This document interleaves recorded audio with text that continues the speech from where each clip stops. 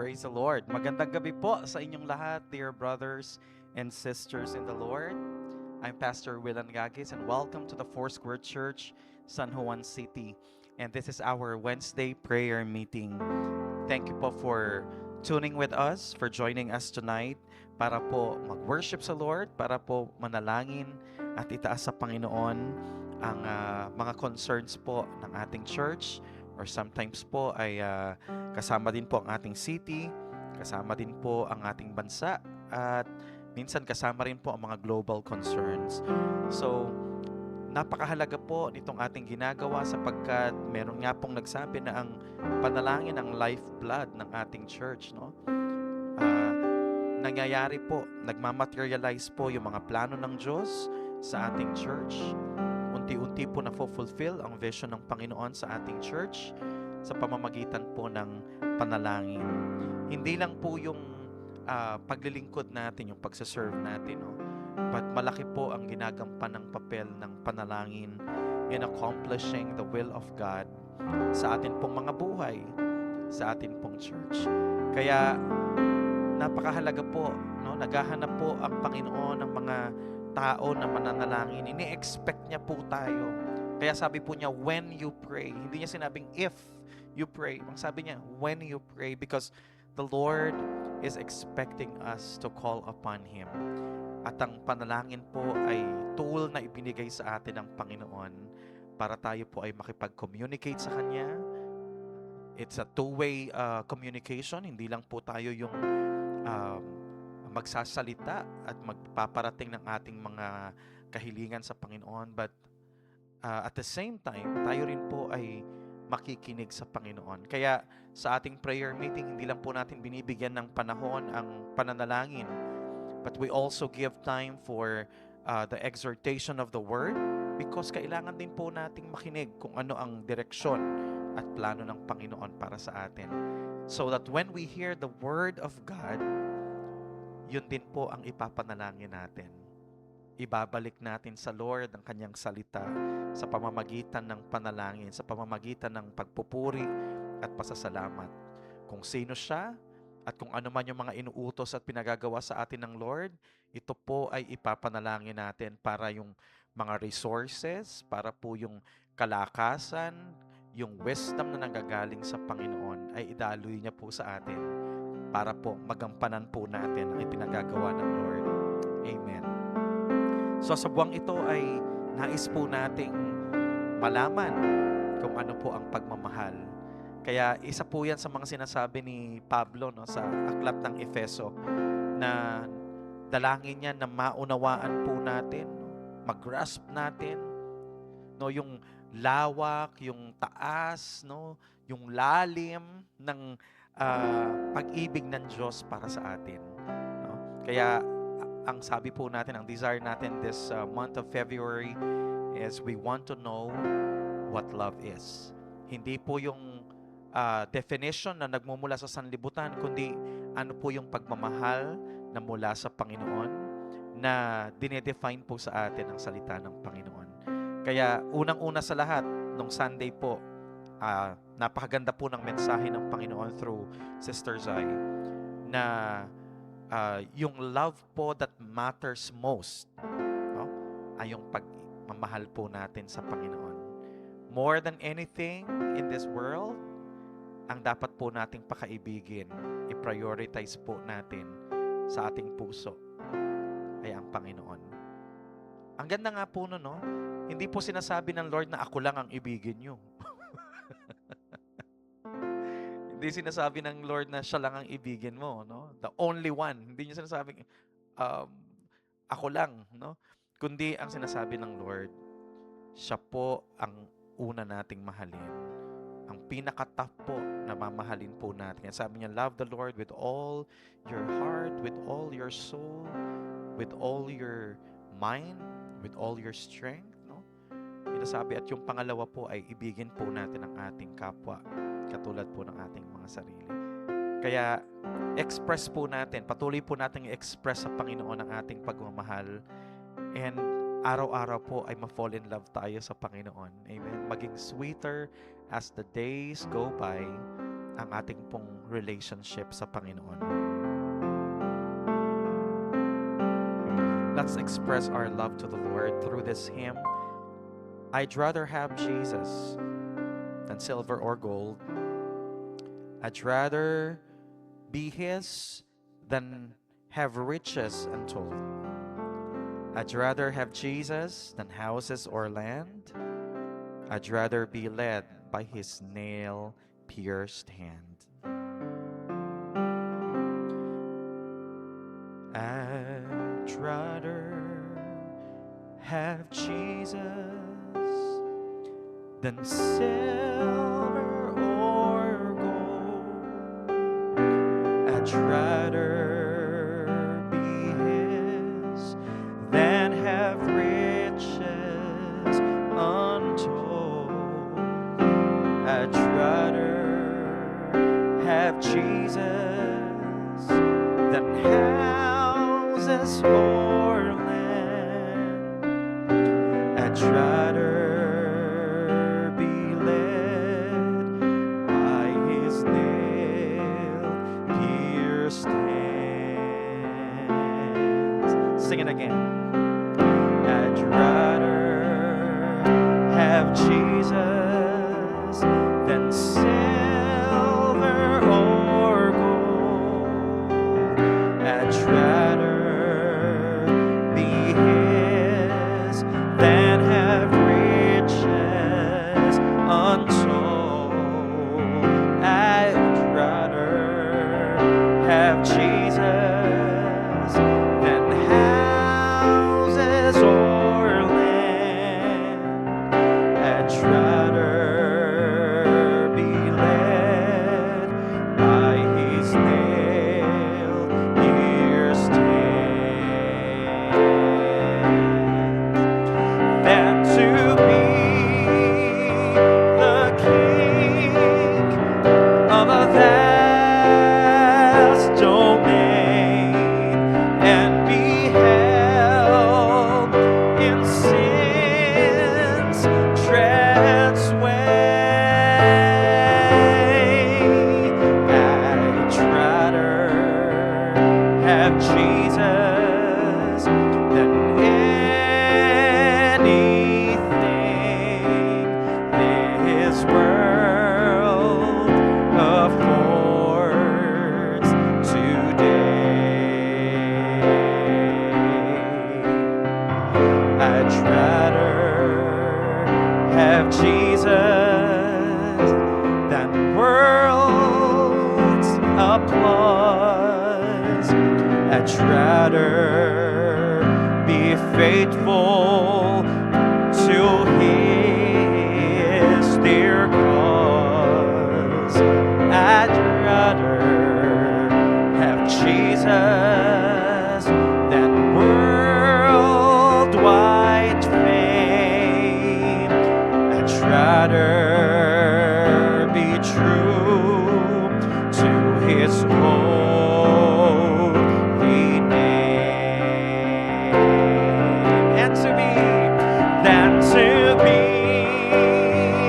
the king of the vast domain and be held in sin's treads sway. I'd rather have Jesus than anything this world affords today.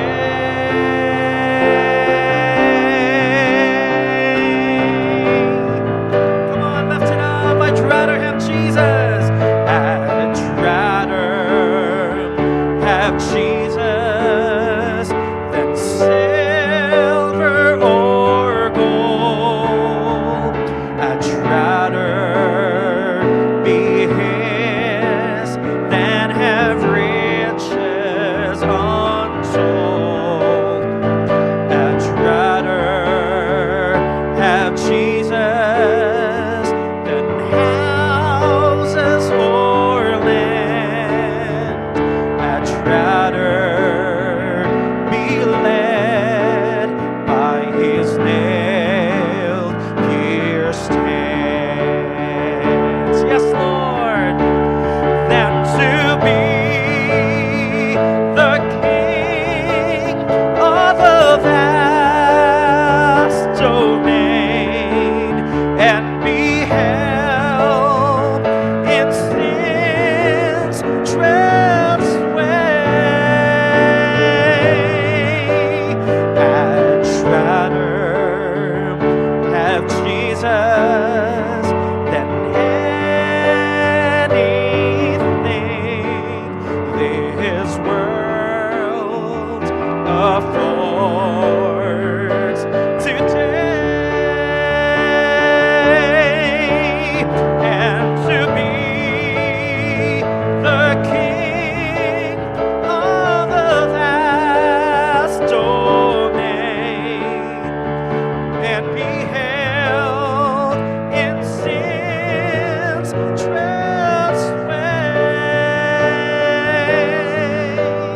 I'd rather have Jesus than anything this world affords today. This world affords today.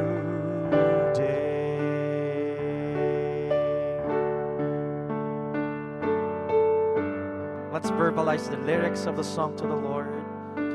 Can somebody tell Jesus, I'd rather have you, Jesus, than silver or gold. Hallelujah. I'd rather have Jesus than have riches untold. Can somebody say, give me Jesus. You can take away all things, but give me Jesus. Hallelujah. Hallelujah.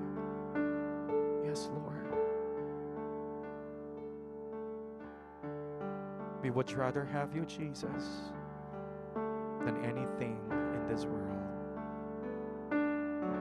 Sabi po ng Panginoon, what shall a man profit? Even if he gains the whole world, ano po ang mapapala ng isang tao kahit makamtan man niya ang buong sanlibutan ito, lahat ng kayamanan ng sanlibutan ito, kung ang kaluluwa naman niya ay mapapahamak sa apoy ng impyerno. So we would rather have you, Lord, than the riches of this world. More than anything, more than anything, I love you, Jesus, more than anything,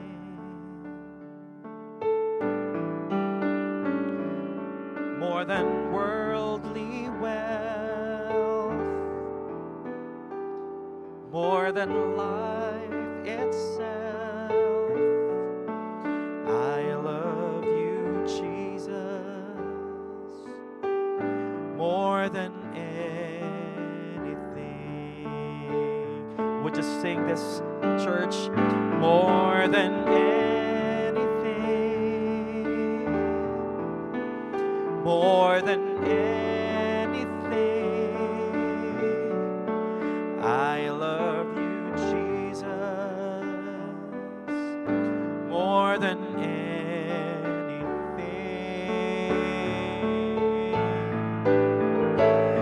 more than worldly wealth, more than life itself. I love you, Jesus, more than anything. Lift your voice and sing it to the Lord. More than anything,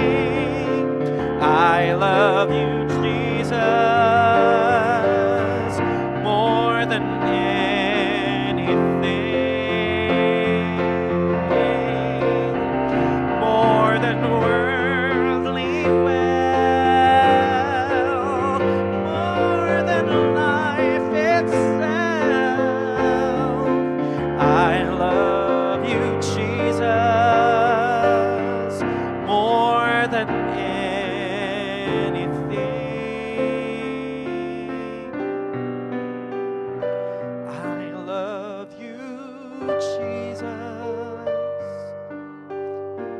more than anything.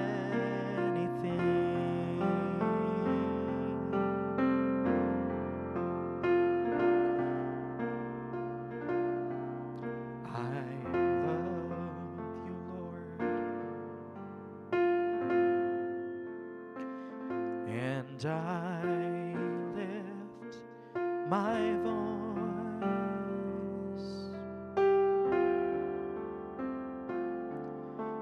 to worship you, oh my soul, rejoice. Take joy, my King,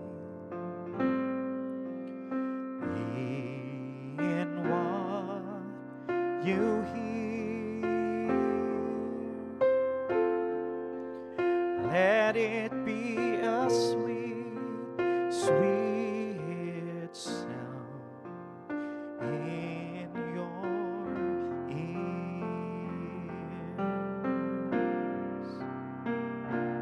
I love you, Lord, and I lift my voice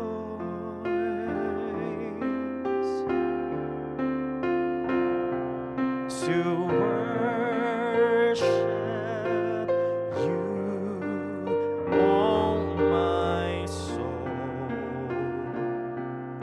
rejoice. Take joy, my King, in what you hear. Let it be a sweet, sweet sound in your ear. Sing it to the Lord. I love you, Lord. I love you, Lord, and I lift my voice to worship you, oh my soul, rejoice. Take joy, my King, in what you hear. Let it be a sweet, sweet sound in your ears. Come on, declare your love to the Lord. I love you, Lord. Yes, Jesus. And I lift my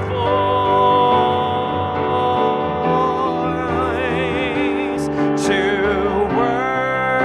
worship you, oh my soul, rejoice. Take joy, my King.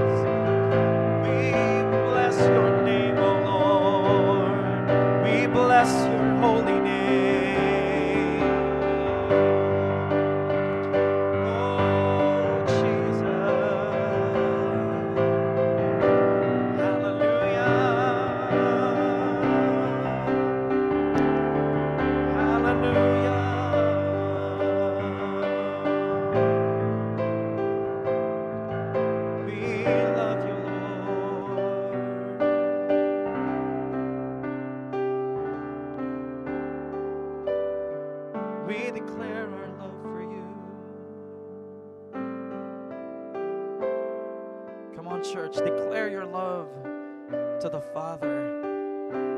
Hallelujah.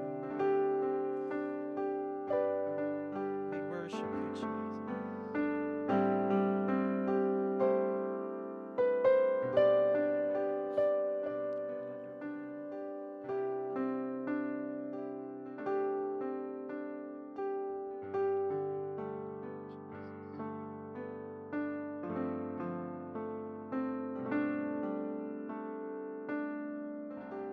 Father, we declare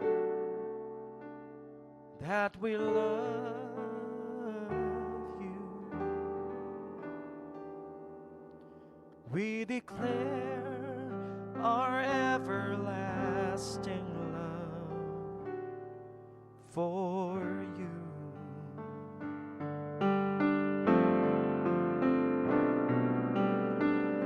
Father, we declare that we love you. We declare our everlasting love for you.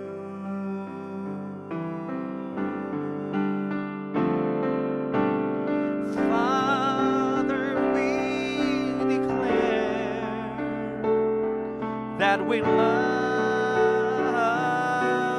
you. We declare our everlasting love for you.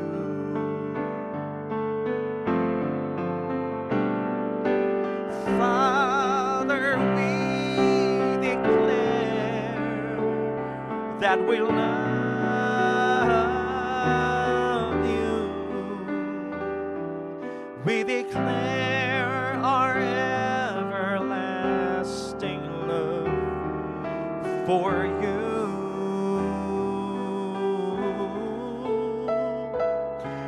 We declare our everlasting love for you.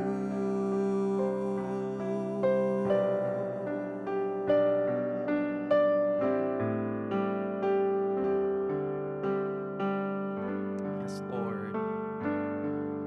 We love you, Lord. We love you, Jesus. We love you, Father. We love you, Holy Spirit.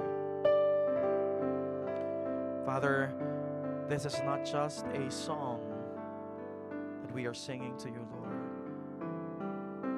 but it is really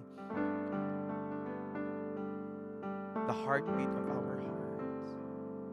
Hallelujah.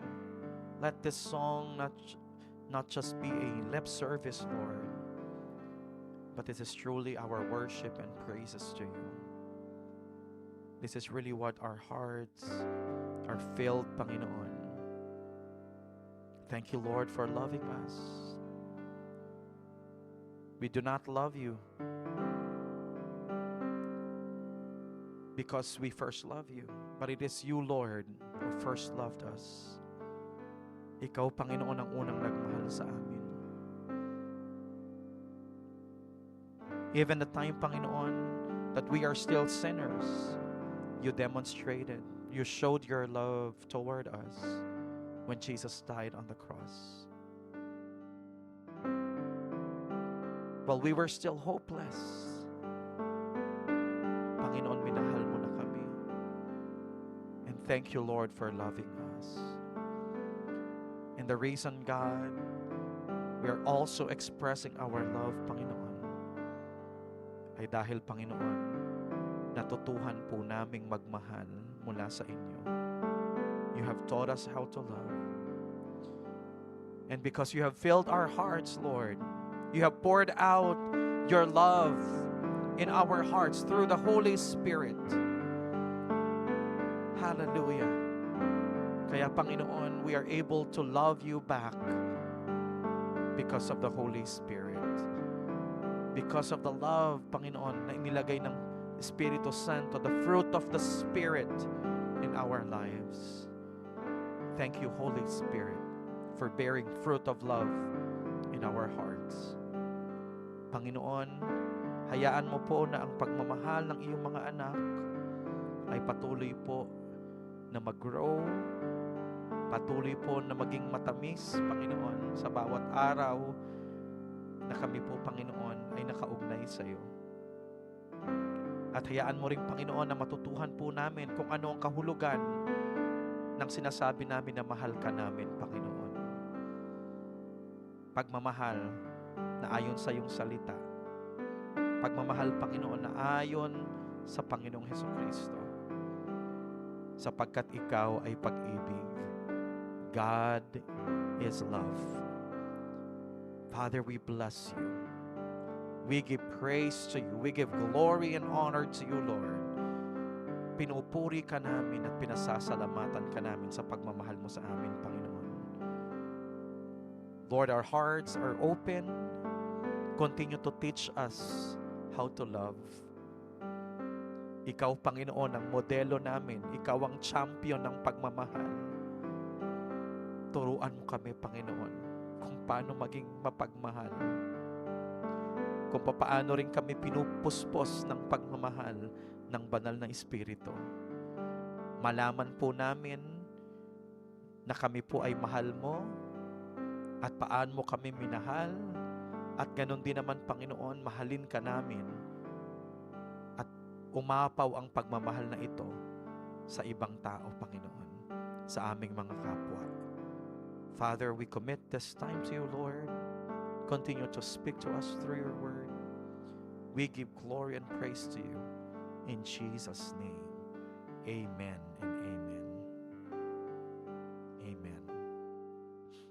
Magandang gabi po sa inyong lahat, sa mga kakapasok pa lamang po sa ating prayer meeting. Salamat po sa mga workers natin na kasama po natin dito sa church, especially po sa mga workers natin na behind the camera, operating po ng ating sound system, ng ating pong live. At salamat din po sa inyo na nanonood ngayon sa ating Facebook Live to join our Wednesday prayer meeting. So bago po tayo dumako sa ating mga prayer concerns, ay muli po nating balikan ang mensahe last Sunday at patuloy po nating pagbulay-bulayan pa po kung ano ang mensahe ng Panginoon sa atin. Last Sunday, mula po sa aklat ng Ecclesiastes. O kaya sa Tagalog naman po ay mula po sa aklat ng Mangangaral. No? Kaya po, the preacher, or kung naalala nyo po yung Hebrew word na kohelet, no? The teacher, o yung po yung speaker po dito, yung character po dito sa aklat ng Ecclesiastes. Okay?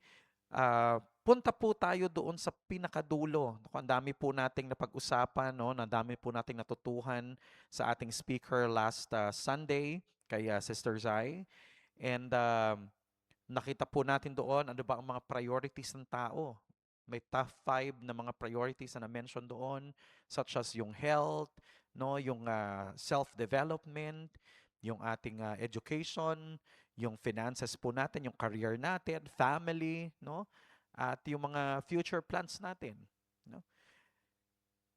Pero sinabi po natin, no, sabi nung message na natutuhan po natin na ang main message ng Ecclesiastes ay sinusuri po ang lahat ng pangyayari sa buhay ng tao. Na ang lahat po ng ito ay vanity o meaningless, no? Yun ang paulit-ulit po, 38 times ang sabi po, no? 38 times sa pinaulit-ulit po yung salitang vanity, meaningless, no? Na ang lahat po ng bagay na maaari po nating ma-experience dito sa mundong ito o makamtan sa mundong ito, lahat po yan ay meaningless. Pinakita po dito ang reality ng kamatayan, na ang buhay po natin ay parang singaw, parang usok lang daw po, no? Na mabilis maglaho at hindi solid, no? Hindi ho natin mahahawakan. Kaya pupunta po tayo do sa pinaka last chapter, no? Sa chapter 12, at tingnan po natin kung ano po ang matututuhan po natin dito. Ito po yung pinaka-conclusion ng book. So sa chapter 12 verse 1, basahin po natin hanggang sa verse 14 yung buong chapter at tingnan natin kung ano po yung conclusion ng sinasabi ng Ecclesiastes na lahat ng mga bagay ay meaningless. At binalanse naman po natin, hindi natin sinasabi na hindi po ibig sabihin na meaningless ang lahat ng bagay ay hindi na po tayo magpaplano, hindi na po tayo mag-enjoy sa ating buhay, no? Kundi tingnan po natin kung paano natin ah, makikita no ang ano ba ang magiging point of view natin sa ating buhay dito sa sanlibutan ito. Sa verse 1, sabi po, remember now your Creator in the days of your youth, before the difficult days come. So sinasabi po ng mga ngaral, alalahanin po natin ang ating tagapaglikha, ang ating manlilikha sa panahon po na tayo po ay bata pa. Yung youth po dito, it speaks of yung lakas po natin, the prime of our life. Habang tayo po ay malakas pa, may energy pa tayo, malinaw pa ang ating isip, no? Alalahanin po natin ang ating manlilikha. Bago dumating po yung mga difficult days sa ating buhay. And the years draw near when you say, I have no pleasure in them. Darating po kasi yung panahon na tayo po ay tatanda, magde-deteriorate po ang ating katawan, ang ating lakas, ang ating isip, no? Kaya kahit gaano po karami ang ating pong na-acquire na material, pinansyal na bagay dito sa mundong ito, gaano man karaming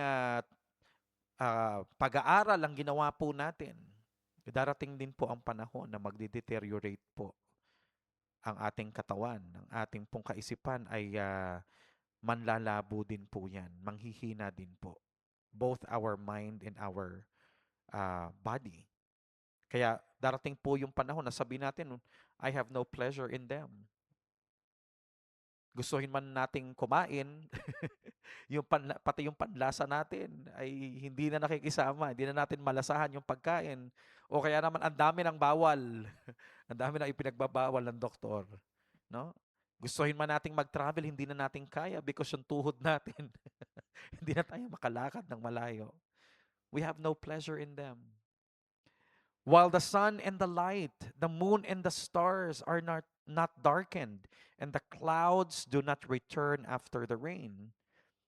Habang malinaw pa po ang ating mga paningin, habang nakikita pa po natin ang paligid, alalahanin na po natin ang Panginoon.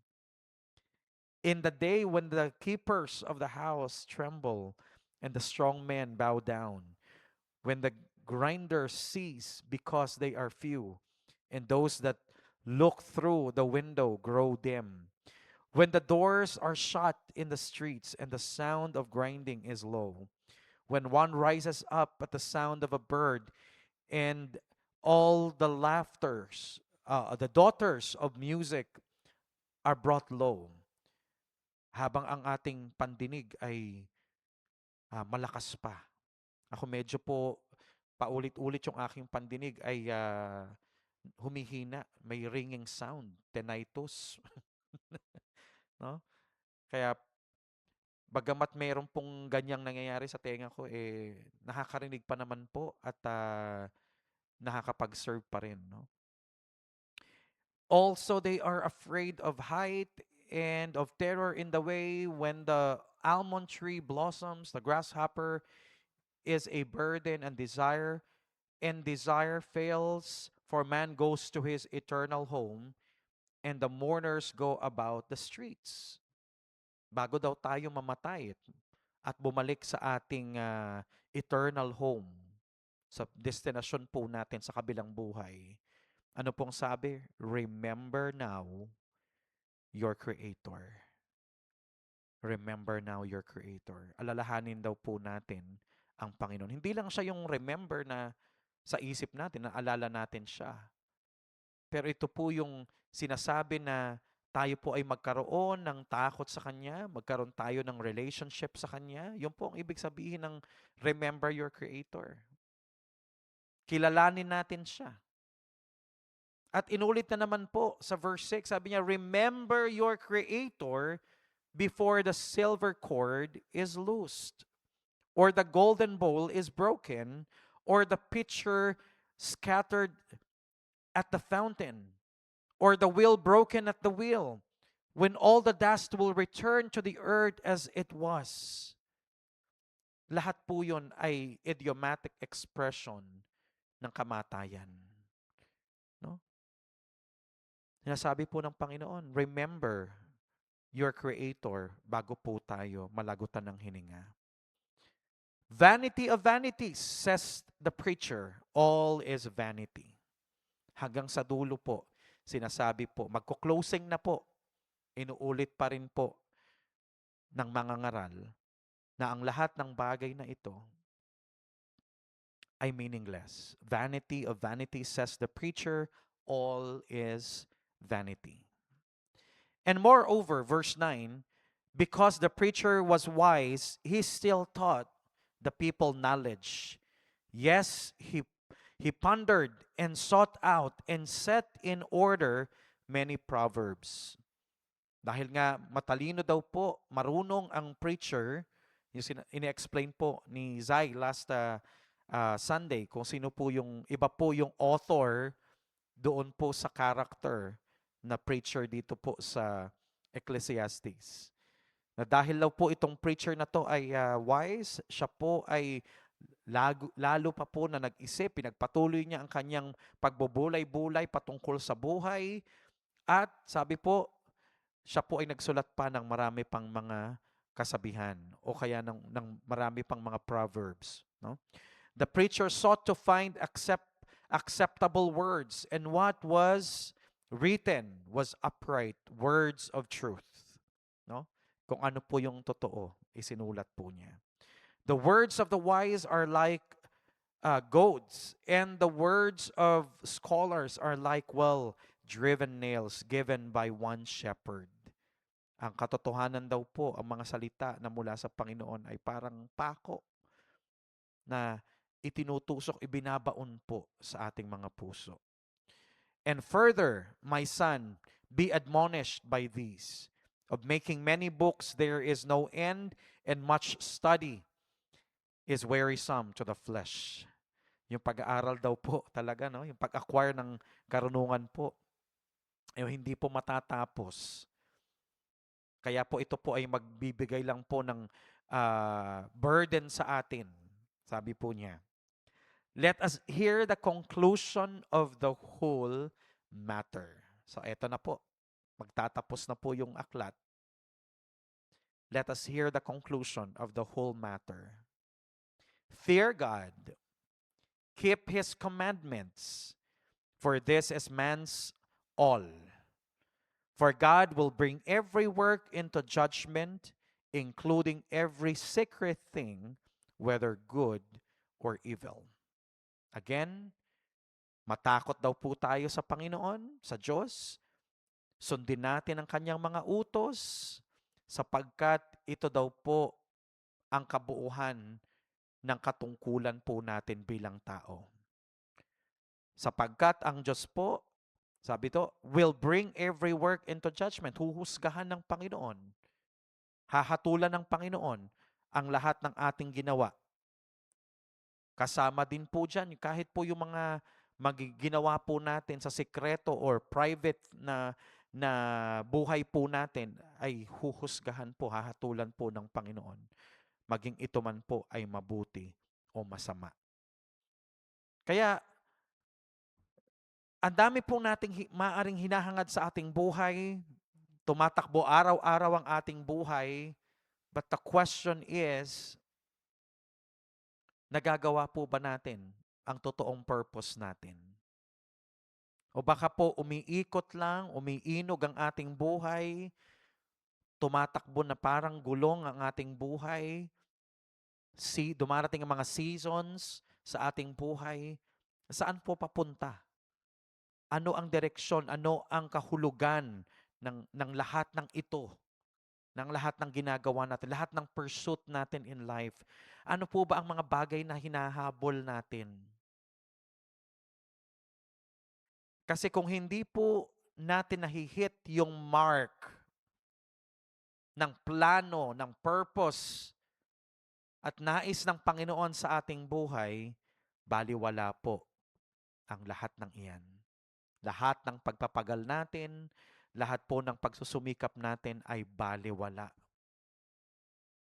Kung hindi po natin nagawa ang pinakamahalagang bagay sa ating buhay, at yun po ay ang makilala ang ating ang ating manlilikha, ang ating Panginoong Diyos, baliwala po ang lahat ng bagay na ito. Kaya sabi po ni Jesus, aanhin ng isang tao makamtan man niya ang buong sanlibutan ito, ang buong mundong ito. What will a man profit even if he gains the whole world but lose his soul? Kaya dito po pinapakita yung kahalagahan po ng ating kaluluwa. Doon po sa statement ni Jesus na yon, pinapakita po ang kahalagahan ng kaluluwa ng tao. Ibig sabihin, ni ang halaga ng mundong ito ay hindi kayang tumbasan ang halaga ng kaluluwa ng isang tao. Tandaan niyo po yan. Kaya po nakakalungkot sa panahon natin ngayon. Example po yung recently na pinatay na mag-ina na pulis po, no? At yung 8-year-old na kanyang anak dahil lang sa pera. Magkanong pera?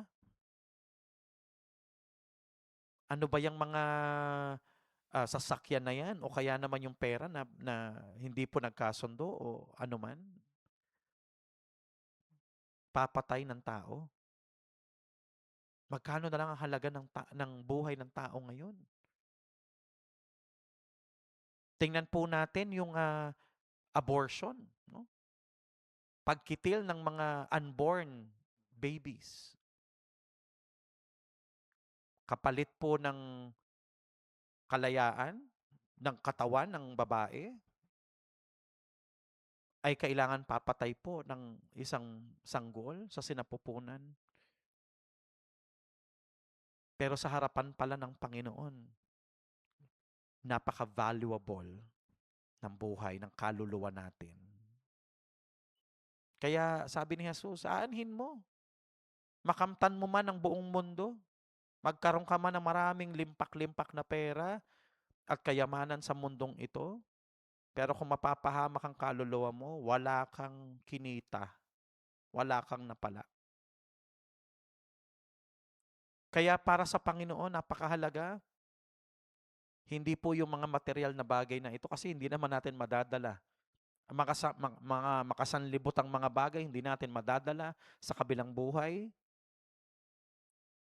Ang kailangan nating i-priority, ang sabi dito, remember your Creator.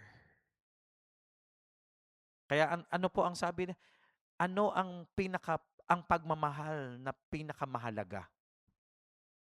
Ito po yung pagmamahal natin sa Panginoon.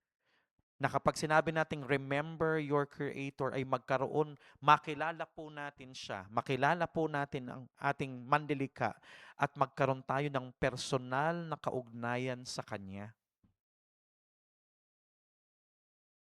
Hindi lang po yung nasa isip lang natin. Hindi po sapat na may kaalaman tayo patungkol sa Diyos. Kasi maraming tao, maraming alam tungkol sa Diyos. Maraming tao, they even read the Bible. Maraming tao, they even go to church. Many people are religious. May alam sila. Kita niyo po yung pagkakaiba? May alam sila patungkol sa Diyos. Pero yung sinasabi po dito na remember ay ibang ibang klase pong remember yan. Ang sinasabi po dyan ay may pagkakilala tayo sa Panginoon. Kilala natin ang Panginoon at may personal tayong relasyon o kaugnayan sa Kanya. Hindi lang yung may alam tayo sa Diyos. Because yung pinag-aaralan nga natin even noong January pa, maraming tao ang may alam patungkol sa Diyos. Maraming tao ang relihiyoso. Pero hindi mo makita sa buhay nila na meron silang kaugnayan sa Panginoon. Because they do not consider God sa kanilang mga decision makings. They do not consider God's word in their living. They do not consider the words of God sa kanila pong pamumuhay. Kaya kung titingnan nyo po, ang buhay po nila, hindi po consistent sa kabanalan ng Diyos. Ang kanilang pamumuhay ay malayo po sa sinasabi ng salita ng Panginoon sa buhay ng mga totoong tagasunod ni Kristo. Kaya po, pag sinabi dito na remember your Creator, means makilala natin ang ating manlilikha at magkaroon tayo ng kaugnayan sa Kanya. Kasi kung hindi po ganon ang magiging meaning ng remember dito, hindi po natin matutupad yung conclusion na fear God and keep His commandments. Nakuha niyo po? Hindi ho natin matutupad yung conclusion na magkakaroon tayo ng takot sa Kanya, yung reverential fear, yung banal na pagkatakot, yung honor natin, yung pagrespeto at paggalang po natin at pagsamba natin sa Kanya. Yun po yung fear, yung pagkilala natin sa Kanya, yung submission natin sa Kanya bilang ating Panginoon, bilang ating Diyos. Yun po yung fear na sinasabi po dito. Kaya po pag sinabi pong fear, kasunod po nun ay yung pagtupad, pagsunod sa Kanyang mga alituntunin, sa Kanya pong mga utos sa atin. At sinasabi po na ito po ang kabuuhan ng tungkulin ng tao sa kanyang buhay.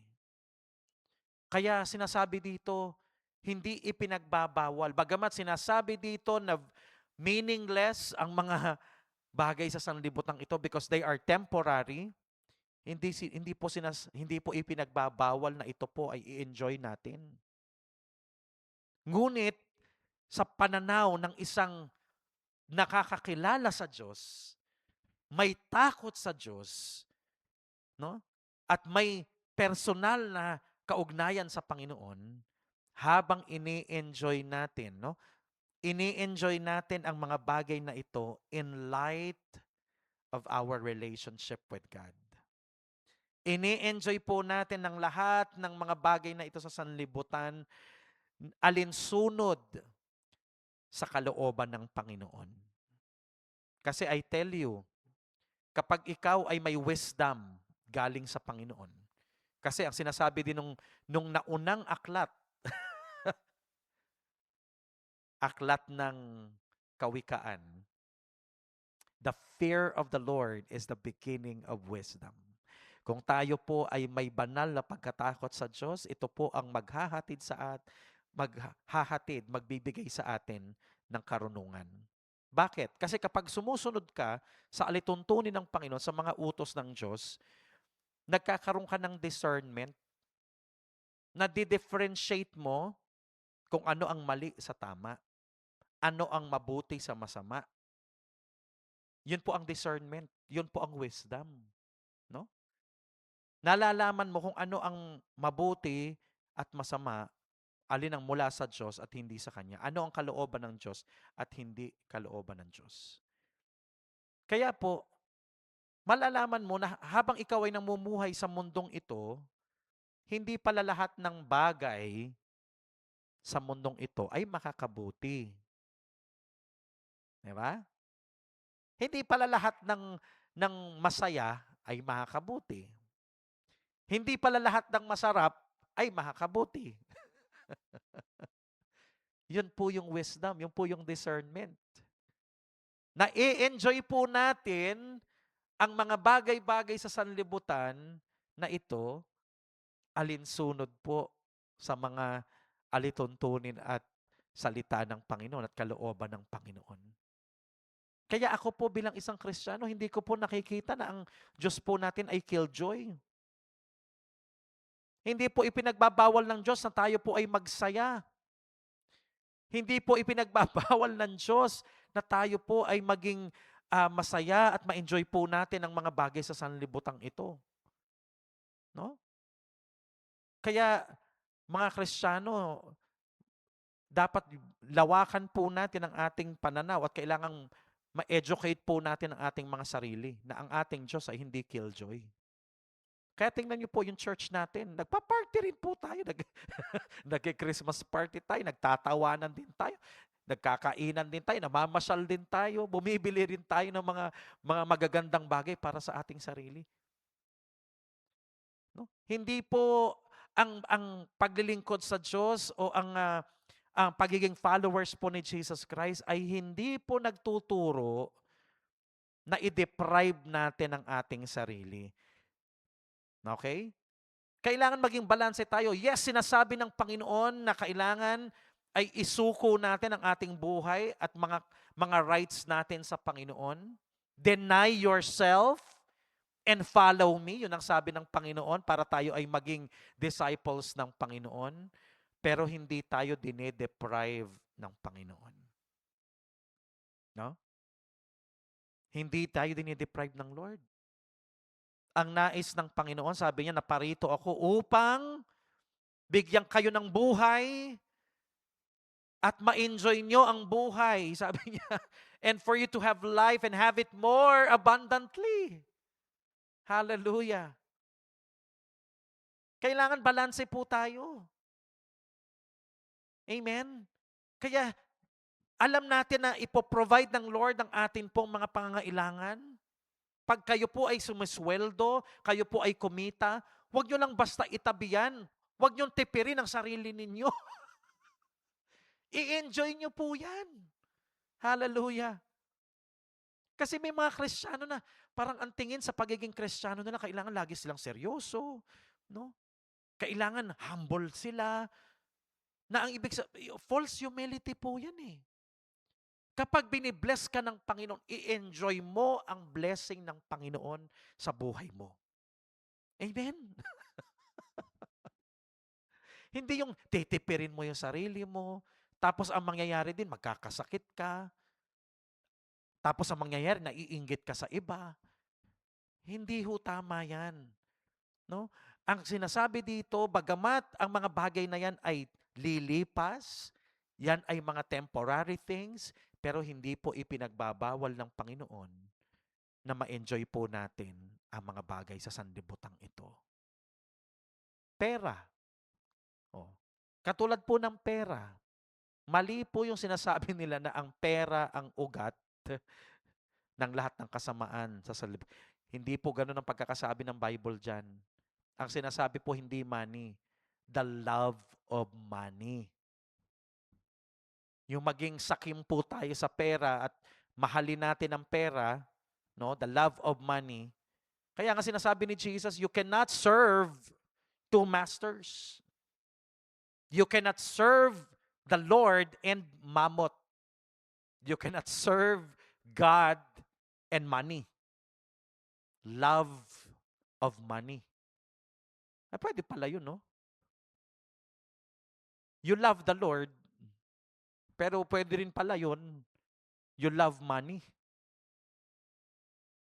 Kapag minahal po natin ang money, yun po, madideceive po tayo ng kaaway. The root of all evil is the love of money. Hindi sinasabing masama ang pera. Kailangan natin ng pera. Paano mag-ooperate ang simbahan? Involve ang finances. Para tayo makabili ng mga pangailangan natin, kailangan natin ng pera. Hindi po masama yan. Pero how you manage, how you use money, your attitude toward money, Yun po ang tinitingnan dun. You cannot serve the Lord and at the same time, minamahal mo rin and you're chasing after the riches of this world. You're serving money. Kaya later on, i-explain po natin, ano ba ibig sabihin ng pagmamahal? Kasi, ano ba ibig sabihin ng, kung sinasabi natin na the love of money, paano ba mahalin ng money? Iyayakapin mo yung pera. Hindi po. You will serve money. Kung ikaw ay nabubuhay, ikaw ay yung nagtatrabaho ka at yung pag-iisip mo, lahat ng pagsusumikap mo is para magkapera ka. Yun ang ibig sabihin at you are serving money, you are loving money. Ganon din pala sa Panginoon. Pag sinabi nating we love the Lord with all our heart, with all our soul, with all our mind, with all our strength, no? Ine-express pala natin yon sa pamamagitan po ng ating pag-serve. We serve the Lord. We serve His purpose. Yung palang ibig sabihin ng love. Isa sa mga definition po ng love. Kaya let's get excited po dito sa month of February because we will talk about love. What is love? Ano ba ang pagmamahal? No? And it will be applied sa iba't iba pong aspeto ng ating buhay. Kaya po, yan po ang maging aral sa atin. Ano po ang pinakamahalagang pagmamahal? Ay ang pagmamahal natin sa Diyos. Bigyan natin siya ng buong puso natin, buong kaluluwa natin, buong pag-iisip natin or sa ibang book naman po ng gospel ay buong kalakasan natin. Or ibig sabihin buong being natin. Love the Lord with all your being. Sa kabuuhan po ng pagkatao natin ay mahalin po natin ang Panginoon. Hallelujah. Remember your Creator in the days of your youth. Habang tayo po ay malakas pa, malinaw pang isip natin, no? Mahalin po natin ang Panginoon bago tayo mamatay, bago tayo umalis sa mundong ito. Because yung relationship natin sa Panginoon na magdidetermine na magiging destinasyon natin sa kabilang buhay. Kaya sabi ko nga po, it's okay for people to forget us. It's okay for people not to know us. Na hindi tayo sikat, hindi tayo kilala ng tao. Basta importante, ang pagsumikapan po natin ay makilala natin ang Panginoon at kilala tayo ng Panginoon. Because sabi ng Panginoon sa Matthew chapter 7, marami ang tatawag sa Kanya, Panginoon, Panginoon, pero nung sasabihin niya, hindi ko kayo kilala. Hindi ko kayo kilala. Kaya yun po ang mas mahalaga. Yung kilala tayo ng Panginoon, na yung pangalan natin ay nasa aklat ng kordero ng Panginoon. No? Nasa aklat ng Panginoon. Book of Life. Everything is meaningless outside of Christ. At yung pong buhay natin ay lagi pong nasa kalooban ng Panginoon. Kaya po sa panalangin natin, lagi nating sasabihin, Lord, kung luluubin mo, let your will be done. Yun po yun. May mga plano man tayo, yung mga pinagpipray natin, Lord, evangelism, discipleship, pero lagi natin sabihin, Lord, kung luluubin mo, gusto po namin magkaroon ng outreach. Kung luluubin mo, Panginoon, gusto po namin ng ganito. Ipagkaloob nyo po sa amin, ayon sa inyong kalooban. Dapat ganun po tayo. Because hindi po natin alam ang buhay. We are at the mercy and grace of God. We are under the sovereignty and will of God. Amen. So, yan po ang magiging attitude natin as we pray tonight. Pag-pray po natin ang ating mga departments, wisdom and guidance for our leaders, ating mga department heads, mga officers po natin. Pag-pray po natin because ang tema nga po natin for this year is Workers Wanted. Let us pray for new and additional leaders and workers. Pag-pray po natin yung mga dinidesire nating bubuksan ng mga new ministries at yung po mga heads na mga tao po na mangunguna po sa mga ministries na ito. Pag-pray din po natin yung ating pong mga guests, no? Na makasama po natin sila, maging part na po sila ng ating church. At yung pong mga events ng ating pong mga departments sa kabataan, sa event, collab event ng UFM at UFW. Pag-pray po natin yan. Yung ating pong ministry fair, ngayong February, kung saan itatampok po natin, ipifeature po natin ang mga iba't ibang mga departments natin para makilala nyo sila, ano ba ang ginagawa nila, makakuha po kayo ng information. Tingnan nyo po kung saan po kayo sasali o magkakaroon ng ministry. Pag-pray din po natin ang discipleship system natin because this coming February ay dire-diretso na po. Magsisimula na po uli ang training ng ating pong mga discipleship leaders at pagdating po ng March, yan na po yung mga tribes natin, yung mga discipleship group natin ay tuloy-tuloy na po. Evangelization of San Juan City, pag-pray po natin ang Barangay St. Joseph, kung saan ang church natin ay naroroon. Pag-pray po natin ating ministry sa 4Ps, sa Family Development Session. Sa darating pong linggo ay tayo po, ang church po natin ang mangunguna sa PNP. Kaya kung kayo po ay available, alas 4 ng hapon, samahan nyo po kami at i-minister po natin. Mag-serve po tayo sa mga police dito po sa headquarter. Walking distance lang po dito sa ating tatawid lang po tayo dyan sa McDo. Nandiyan na po yung police headquarter.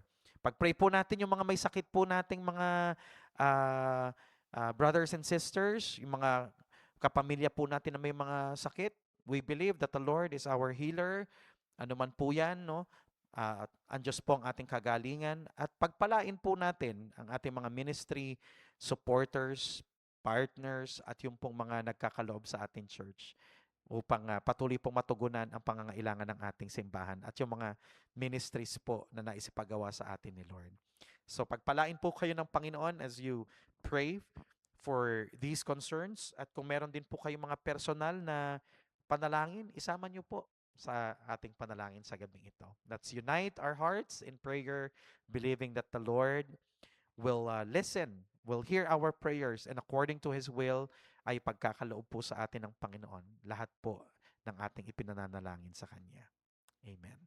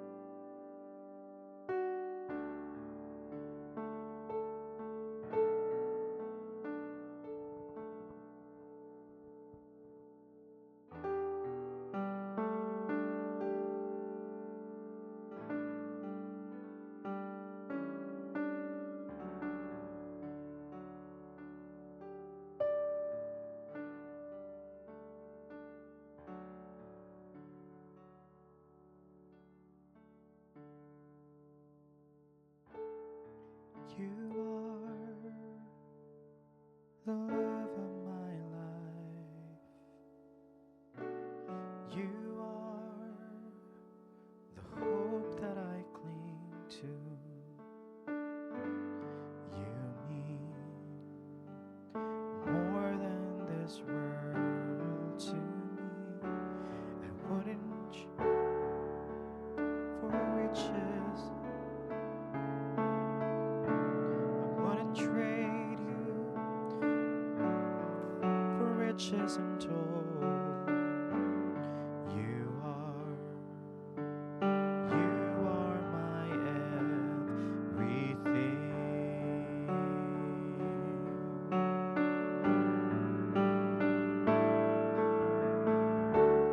You are the love of my life. You are the hope that I cling to. You mean more than this world to me. I wouldn't trade you for silver and gold. I wouldn't trade you for riches untold.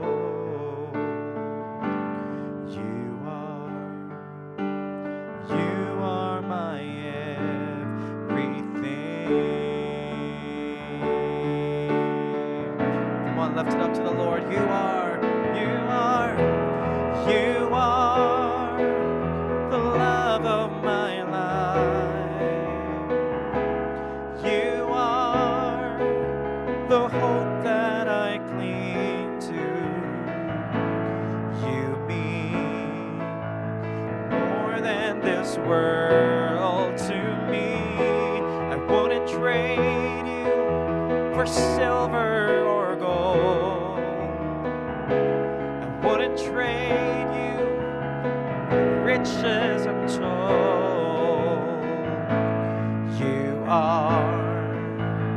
You are my everything.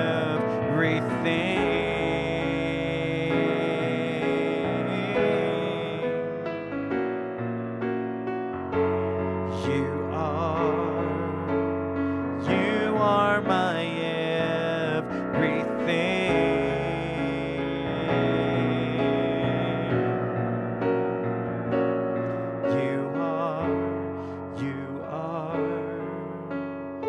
You are my everything.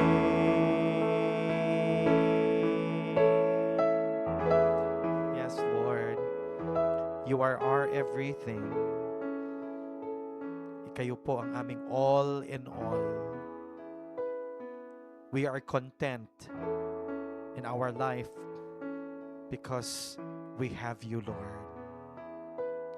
In Christ alone, I place my trust and find my glory in the power of the cross. In every victory, let it be said of me, my source of strength, my source of hope, my source of life, my source of blessing is Christ alone. Hallelujah. Is Christ alone. Thank you, Lord, for your grace.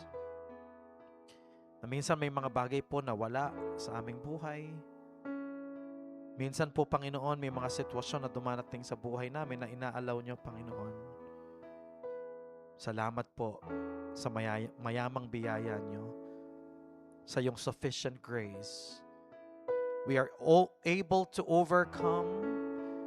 We are able to do all things because of your grace, because of the strength that Christ give. Salamat po, Panginoon, sa iyong biyaya, sa kalakasan nagmumula sa iyo. Kung meron mang, Lord, maitataas sa buhay namin, sa kabila po ng lahat ng mga nagawa namin, na-achieve namin, Panginoon, si Kristo lamang po, Panginoon, ang maitaas. Kayo lamang po, Panginoon, ang makilala, ang maitanghal at mapapurihan sa aming mga buhay. Panginoon, salamat po Salamat po sa pribilehiyo na makapaglingkod sa inyo. Salamat po, Panginoon, na kami po ay pinili mo, hinirang mo, Panginoon, at inibig mo, Panginoon, iniligtas mo. At Lord, salamat po sa buhay na walang hanggan na ipinagkaloob niyo po sa mga sumampalataya sa inyo. Darating po ang panahon na kami po ay mawawala. Ang mga bagay na meron sa sanlibutan ito ay mawawala. Ngunit ang mga nanampalataya, sumunod at naglingkod sa iyo, Panginoon, bagamat sila ay makakaranas ng physical na kamatayan, sila po ay mabubuhay magpakailanman. Kaya Lord, wala pong lugi, wala pong sayang, wala pong tapon sa paglilingkod at pagsunod sa iyo. Kami po, Panginoon, sabi mo, our labor is not in vain in the Lord. I speak blessing sa iyong mga anak, sa mga mananampalataya mo, Panginoon, sa mga disipulo mo, Panginoon, sa panahong ito. I speak blessing to their life. Ano man po ang mga pinagdadaanan nila, ano man po ang mga challenges, struggles, Lord, na pinagdadaanan nila, be it unto them, Lord. Be known to them, Lord, that pinagtagumpayan mo na ang sanlibutang ito. Tinapos mo na ang kaligtasan namin. Kaya anuman, Panginoon, ang pinagdadaanan namin, Lord, may katiyakan na kayo po ay kasama namin at meron pong tagumpay. May layunin ka sa mga pangyayaring ito. Kaya sa iyo po ang lahat ng karangalan, lahat po ng papuri at pasasalamat sa banal at makapangyarihang pangalan ng aming Panginoong Hesukristo. Ang lahat po ay magsabi ng Amen. Amen. Thank you for joining us for our Wednesday prayer meeting. See you again next Wednesday at see you po this coming Sunday for another assembly po ng ating mga kapatiran. The Lord bless you all.